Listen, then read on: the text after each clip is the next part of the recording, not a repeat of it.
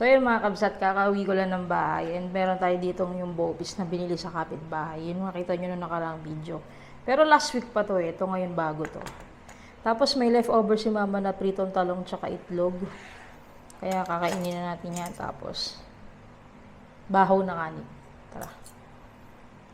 Yung kuya ko tsaka ate ko lumabas para maglakad. Si mama nasa labas. Nagsiselfon. Ako kakain pa lang. Mga alas 9 na ng gabi, eh, kakawi ko lang.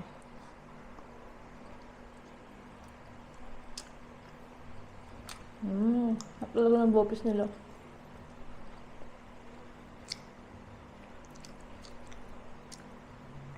Dalawa tong bopis na to. Dinala ko sa work yung isa na gustuhan ng katrabaho ko. Hinatian ko kasi siya. Dami kasi sobra.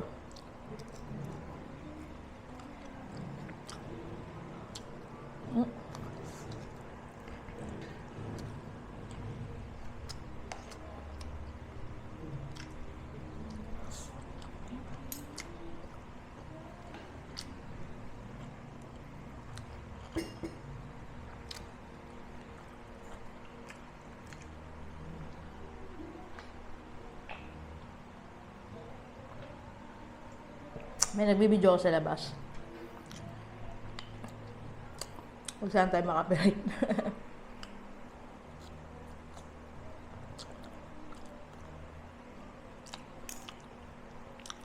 Walang sausawan yung talong. Sabay na lang natin sa bopis.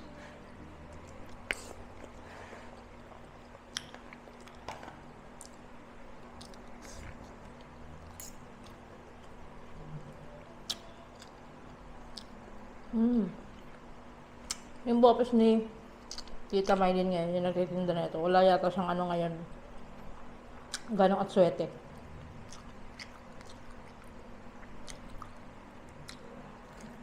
Hindi kasi siya nagamit ng food color at swete yung ginagamit niya. Parang si mama at swete din.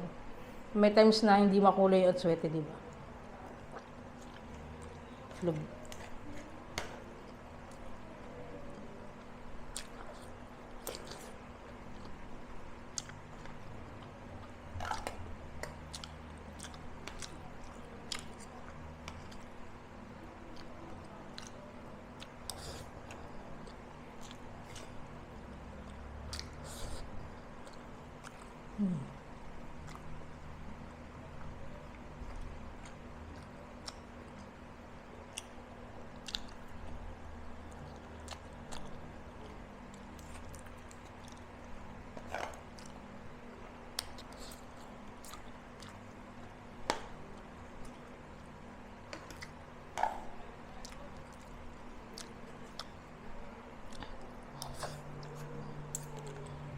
Hindi dapat ako magkanin eh. Kaya lang kaya ang bopis.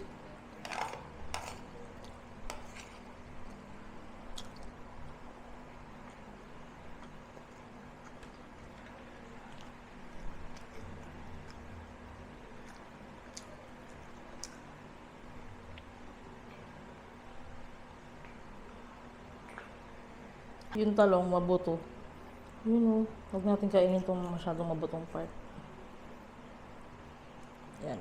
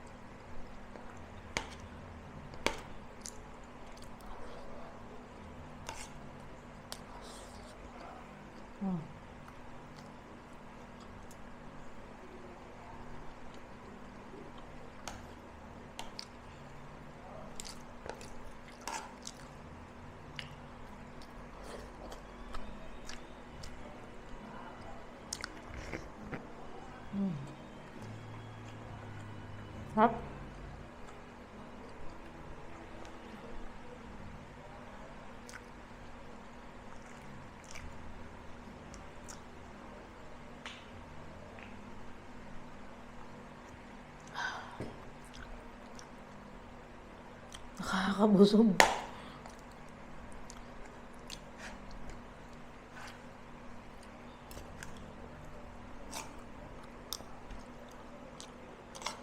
Wala. Mahina na tayo.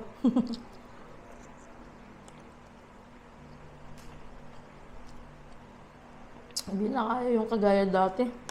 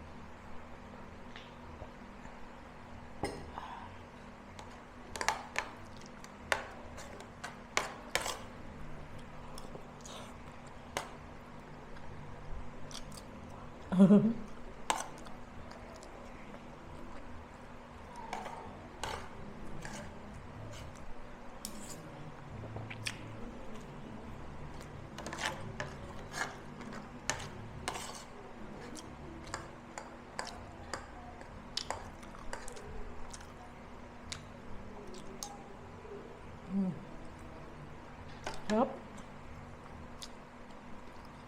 Klase lang kasi niluto ni mama kaya nagustuhan ko.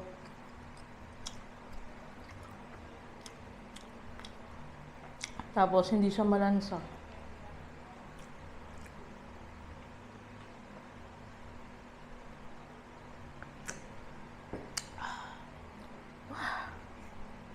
So yun lang. Wow. Ano mo sabihin ko? Wala naman. Yun lang. Kumain lang ako. Siguro, sa susunod na tayo magluto-luto uli kasi medyo yung oras ng uwi ko minsan 9 na, minsan 9:30, ganun 8:30. Medyo alanganin, lupay-pay na pag-uwi. Try ko na lang uli mag-vlog sa labas. Kung mag-aalmusal ako bago pumasok or maghapon na bago umuwi. So, yun lang. Sige sa next video guys. God bless. Bye.